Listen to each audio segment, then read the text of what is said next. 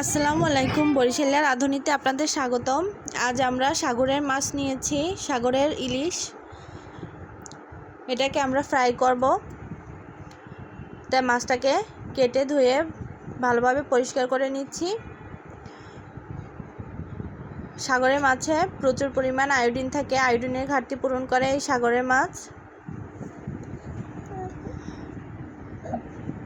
Pregnant আপুদের জন্য, ছোট বাচ্চাদের জন্য এই মাছ খুবই উপকারী।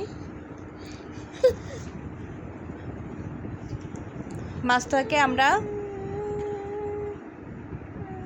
হলুদ বাটা, পেঁয়াজ বাটা, রসুন বাটা, আদা বাটা, জিরা বাটা, হলুদ গুঁড়ো, মরিচ গুঁড়া আর লবণ দিয়ে ম্যারিনেট করে মাখিয়ে রাখবো আধা ঘন্টার মতো।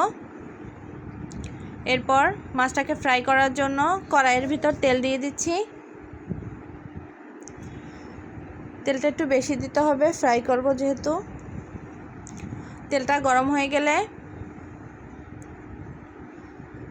মাছগুলোকে এক এক করে দিয়ে দেব।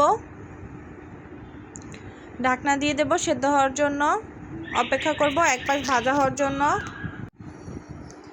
ভাজা হয়ে গেলে মাছগুলোকে উল্টে দেব।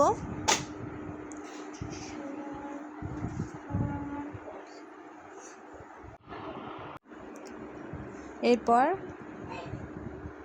ভাজা হয়ে গেলে এক পাশ উল্টে দিয়ে তারপর আমরা বাকি মশলাগুলো মাছের গায়ে লাগিয়ে দেব, ব্রাশ করে নেব। ঢাকনা দিয়ে দেব সেদ্ধ হওয়ার জন্য। এবার মাছের তেলগুলো উপর দিয়ে দেব।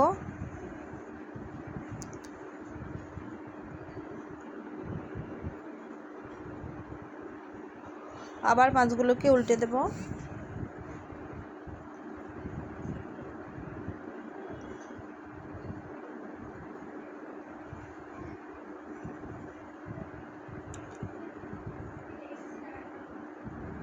এই যে আমাদের মাছটা ফ্রাই করা হয়ে গেছে। এটা আপনারা গরম ভাতের সাথে খেয়ে দেখতে পারেন, খুব ভালো লাগে। বাচ্চারাও এই খাবারটা পছন্দ করে।